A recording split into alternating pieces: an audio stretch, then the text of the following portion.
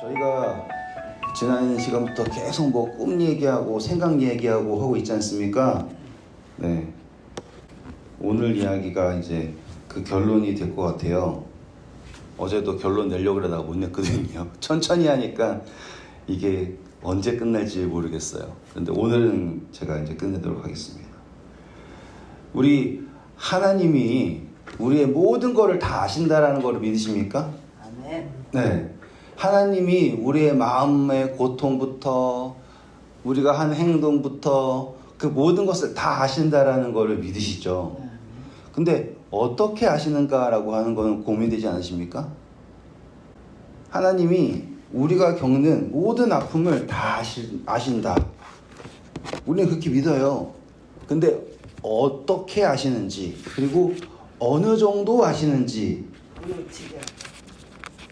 그렇잖아요. 제가 일단은 우리 히브리서에 보시면 예수님에 대해서 어떻게 설명하냐면 히브리서 4장 15절에 보시면 히브리서 4장 15절 우리에게 있는 대제사장은 우리의 연약함을 동정하지 못하실 이가 아니요 모든 일에 우리와 똑같이 시험을 받으신 이로되 죄는 없으시니라 라고 나와요.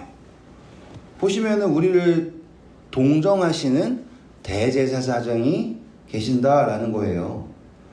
그런데 흥미롭게도 예수님께서는 하늘의 대제사장인 예수님께서는 우리와 모든 일에 우리와 똑같이 시험을 받으셨다라는 표현이 나와요.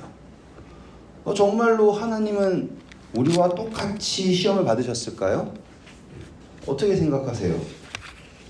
예수님이 담배를 피셨나요? 예수님이 빠진코에 빠지셨나요? 예수님이 제가 지금 이렇게 말씀드리는 게 우리는 예수님이 우리의 모든 것을 다 아신다라는 것을 믿는다라고 하지만 어떤지는 잘 모르고요. 또 더 모르는 것은 뭐냐면 예수님은 인간이 되시긴 했지만 2000년 전에 되셨잖아요. 그러니 지금 오늘 우리가 겪는 것을 과연 아실까? 예수님이 과연 지금 이 스마트폰 나오고 막 인공지능이 나오고 이러는 상황 속에서의 우리의 갈등을 예수님이 하나님으로서 아시는 거는 가능할 것 같아요. 왜냐하면 신이니까. 근데 그렇게 아는 것이라면 너무 좀 멀잖아요. 마치 우리가 아프리카에 있는 불쌍한 아이들을 화면으로 보면서 저기에는 이런 아픔이 있구나 라는 거를 아는 정도지 않습니까? 알기는 잘 알죠. 그런데 그런 식으로 아는 거는 진짜 아는 게 아니잖아요. 제 말을 이해하실 수 있겠죠? 그러면 하나님은 정말로 어떻게 아실까? 그래서 지난 시간 우리가 이사야서 63장을 읽었지 않았습니까? 63장 9절은 뭐라고 얘기했냐면 하나님께서 그들의 모든 환난에 동참하셨다라고 얘기 나와요. 어떻다고요? 하나님께서 그분의 백성의 모든 환난에 동참하셨대요. 그러면 이스라엘 백성들이 고난받을 때, 이스라엘 백성들이 포로로 잡혀갈 때 하나님도 그 가운데서 함께 잡혀서 포로가 되셨을까요? 대체 어떻게 하나님께서는 우리가 느끼고 있는 모든 것들을 아시고 동정하실 수 있을까요? 이게 저의 질문이었던 거예요. 그래서 제가 생각이라는 이야기도 하고 진짜 가짜 이야기도 하고 꿈 이야기도 하고 그랬던 겁니다. 자, 우리 다시 한번 생각해 볼게요. 우리가 꿈꿀 때 우리가 그 꿈속에 있는 자기 자신을 볼 때 어떤 느낌이 드세요? 제가 물었던 거 기억나시죠? 전 어저께 똥꿈 꿨더니만은 우리 정 장로님이 제 주머니에다가 돈 좀 넣어주셨어요. 그 설교가 진짜가 되라고. 감사합니다, 장로님. 이런 식으로 꿈에 있던 이야기가 나의 이야기잖아요. 근데 꿈에서 제가 화장실에 갔어요. 그럼 꿈에서 화장실 간 사람이 저예요?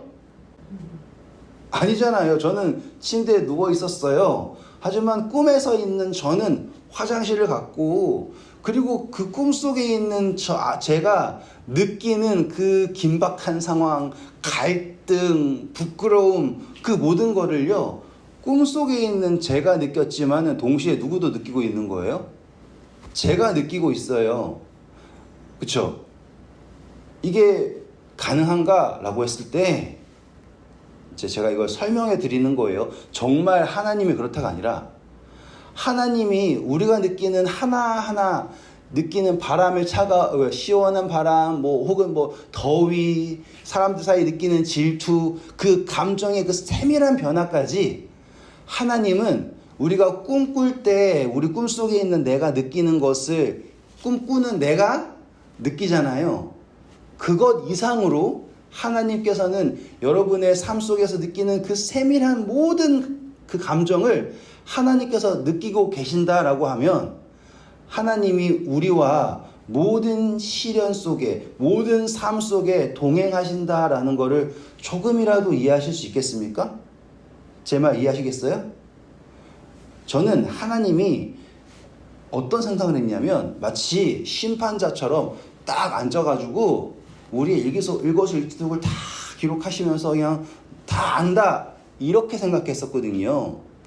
그런데 제가 성경을 계속 읽어봐도 하나님은 그런 식으로 우리를 아시는 게 아니라 우리를 온전히 아신다라고 하는 게 성경 기자의 말이에요. 근데 그거를 어떻게 이해할까라고 했더니 제가 꿈속에서 느끼는 그것이 저의 감정 속에서 그냥 그잖아요. 우리 꿈꾸고 나서도 하루 종일 기분 나쁠 때 있죠. 어느 날 제 아내가 와가지고는요, 저한테 와서 막 이렇게 툭툭 치고 막 밀치고 막 괜히 화를 내는 거예요. 그래서 왜 그러냐 그랬더니만은 꿈을 꿨는데 제가 꿈에서 바람을 폈대요. 그게 무슨 상관이에요? 꿈에서 바람 핀 건 제가 아닌데. 근데 그게 하루 종일 기분이 나빠가지고는 저를 밀치고 막 툴툴거리고 좋았냐 막 그러면서 그러는 거예요. 내가 뭘 좋았니? 내가 알지도 못하는데. 근데 그게 감정이 끝까지 가지 않습니까? 그 아픔이.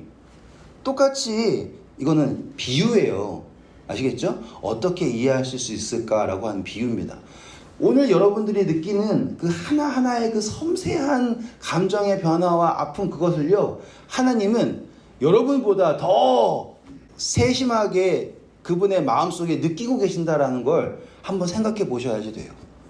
멀찌감치 보고서 아신다 이 정도가 아니라 여러분의 모든 삶 속에 동행하고 계신다라는 거예요. 아시겠죠? 그리고 또 보세요.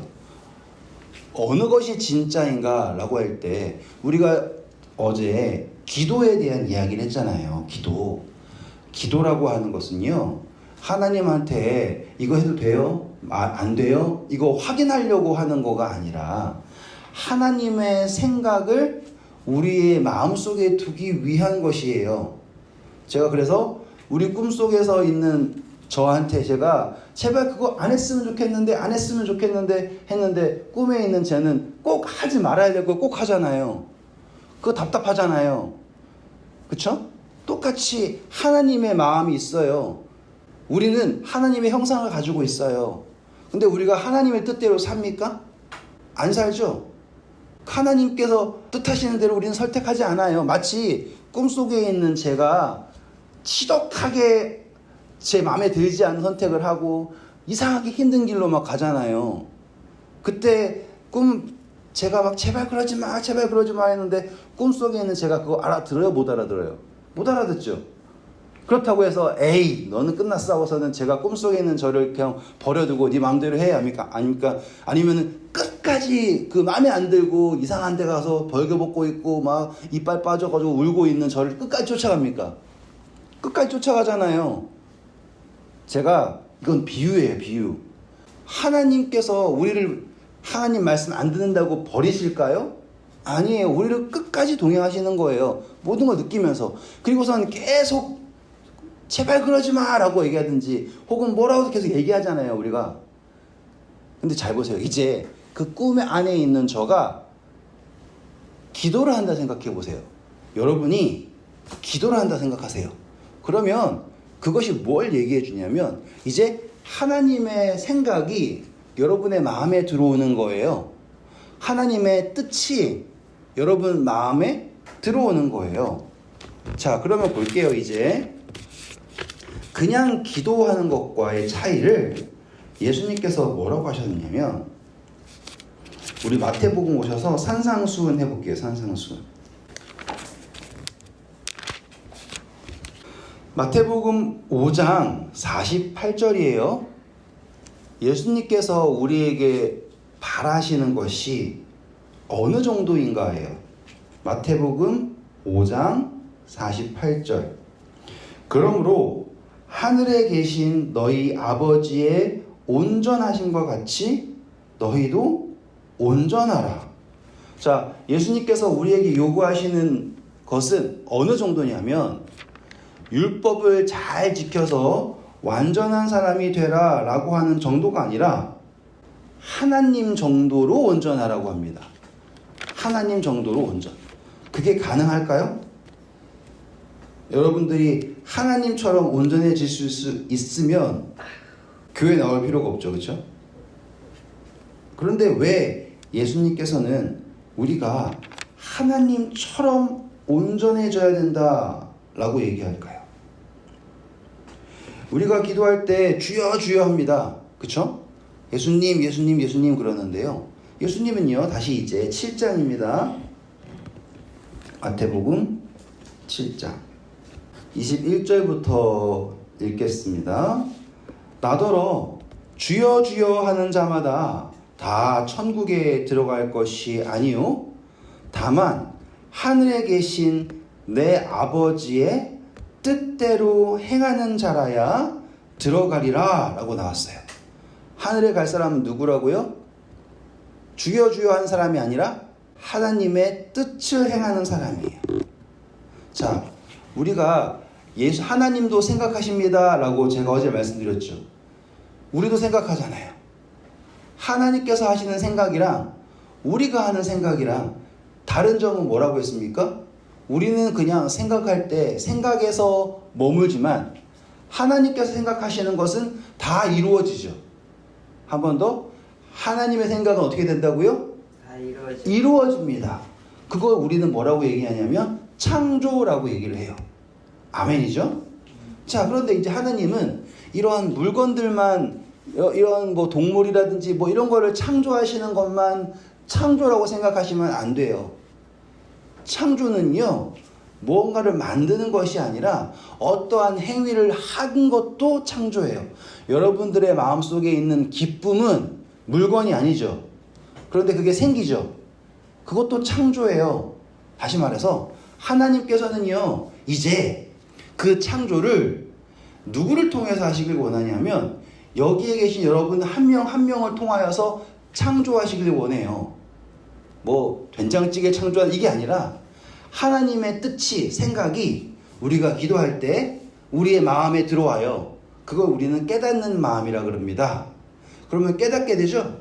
그러면은 하나님께서 우리 옆집 방문해가지고 그 사람한테 뭐 요리한 우리 어머니가 한 것처럼 만두를 갖다 준다. 하나님이 하실 수 있어요, 없어요? 하실 수 있죠. 왜냐면은 우리 엘리야한테 떡 갖다 주신 것처럼 까마귀 시켜가지고 만두 2개 갖다 주고 그럴 수 있잖아요. 그쵸? 그런데 하나님은 그렇게 하지 않으시고요. 기도하는 사람을 통해서 응답하시는 거예요. 그러니까 우리 어머니가 기도하시니까 갑자기 이 더위에 만두를 하시고 싶어 하고 그래서 그거를 갖다 주는 거예요. 그게 하나님의 생각이 기도하는 사람들에게 깨닫게 되어서 기도하는 사람이 하나님의 뜻을 행하게 되는 겁니다. 그랬을 때 우리가 이 허망한 삶 속에서 의미 있는 진짜를 행하게 되는 거예요. 그래서 주여 주여 하는 사람마다 천국에 들어가는 것이 아니라 아버지의 뜻을 행하는 거예요. 그래서 22절부터 쭉 보시면 사람들이 주여 내가 주의 이름으로 병자도 고치고 주의 이름으로 뭐도 하고 했습니다 라고 했을 때 예수님이 잘했다라고 하지 않으세요. 불법을 행하는 자들아 저리 가라 라고 얘기를 한다고요. 왜냐하면 사람들은 병자가 나았네, 누구를 도왔네, 뭐 대단한 일을 했네 라고 했을 때 그 행위만 보잖아요. 근데 그 행위는 진짜가 아니에요. 진짜는 뭐냐면 하나님의 뜻이 하늘에서 이루어진 것 같이 땅에서도 이루어지리라 라고 하는 그 기도의 응답으로서 하나님의 뜻을 행하는 사람의 그것이 진짜인 거예요.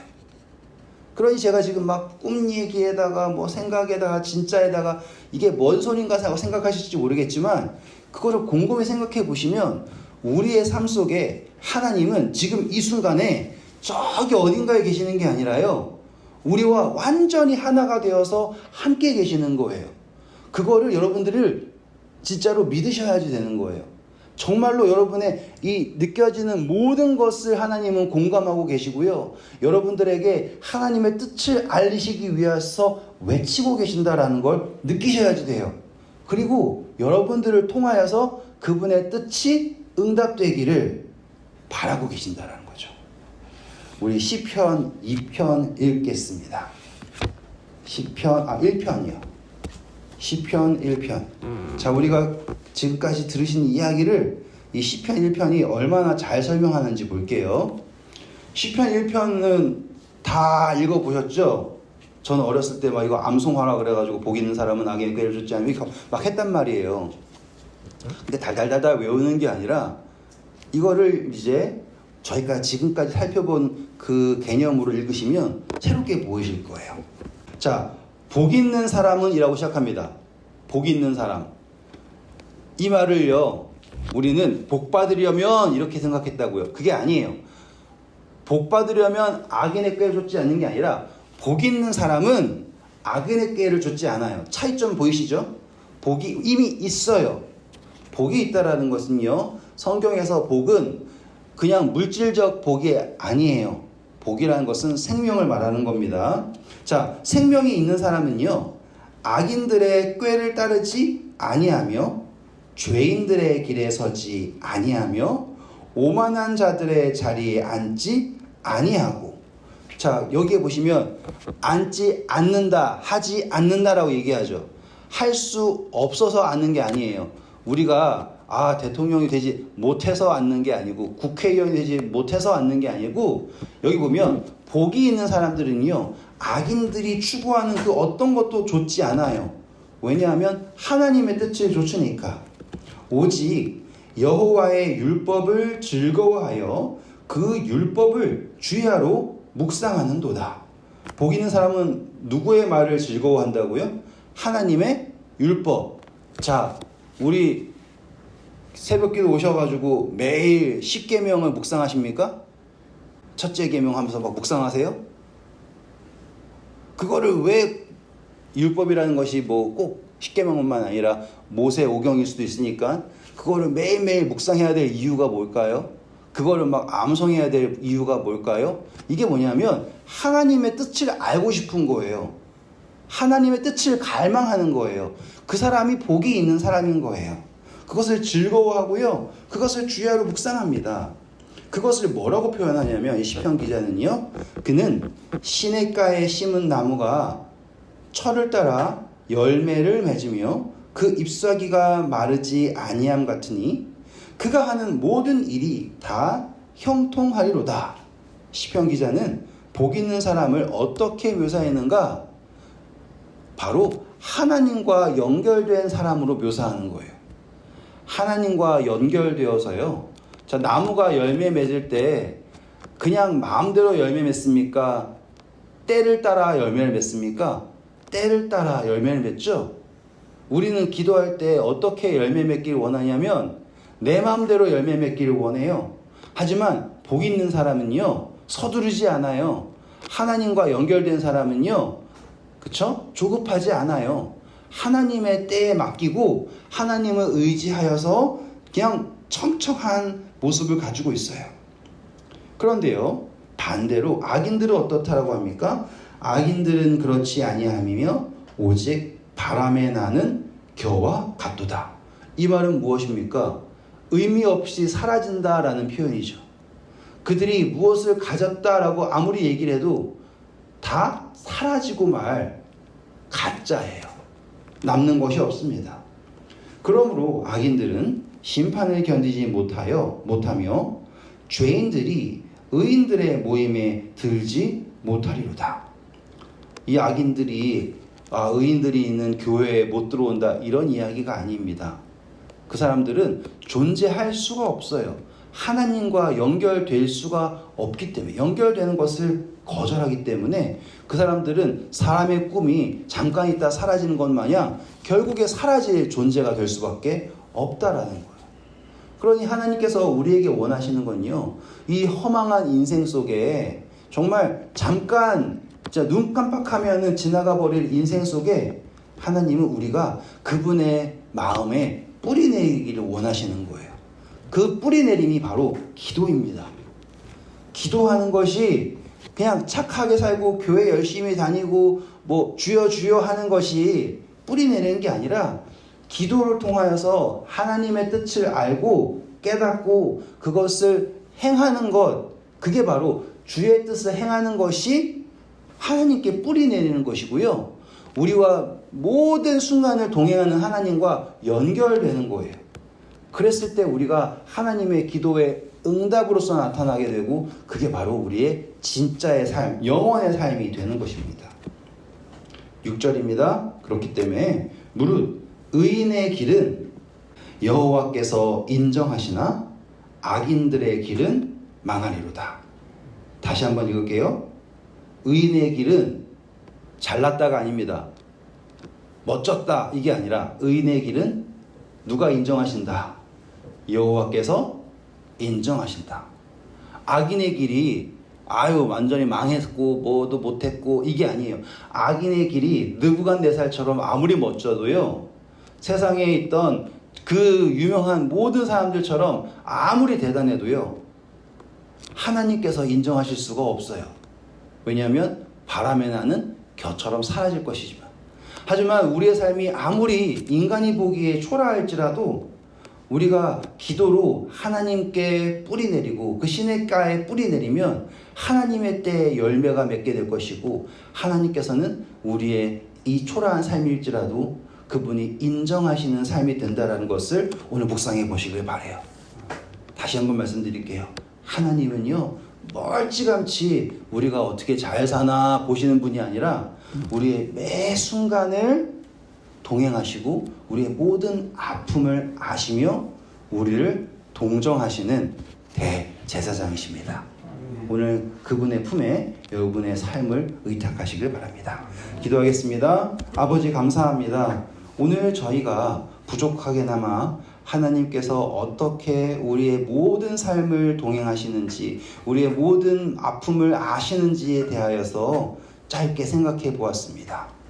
우리가 꿈속에서 느끼는 그 하찮은 경험일지라도 우리의 마음속에 그 감정이 새겨지는 것처럼 저희가 느끼는 모든 아픔, 그 모든 것을 아버지께서 함께 느끼시고 또 생각하시며 우리를 위하여 정말 말할 수 없는 탄식으로 기도하신다라는 것을 오늘 저희가 조금이나마 공감할 수 있게 되었습니다. 아버지, 저희와 동행하시는 아버지, 저희를 사랑하시는 아버지, 저희를 위하여 생명을 내려놓으신 아버지, 오늘 저희가 다시 한번 아버지를 향하여 뿌리 내기를 원합니다. 저희의 기도가 아버지를 향하기를 원하고, 저희의 기도가 저희의 뜻을 확인하고 저희의 뜻을 주장하는 기도가 아니라 아버지의 뜻이 하늘에서 이루어진 것처럼 이 땅에서도 이루어지도록 아버지의 뜻을 구하는 기도가 되게 하시며, 저의 삶이 비록 초라할지라도 아버지께 인정받고 아버지를 위하여 사는 삶이 될 수 있도록 도와주세요. 저희를 붙들어 주시고 저희를 사용하여 주세요. 이 모든 말씀 주 예수 그리스도의 이름으로 기도드립니다. 아멘.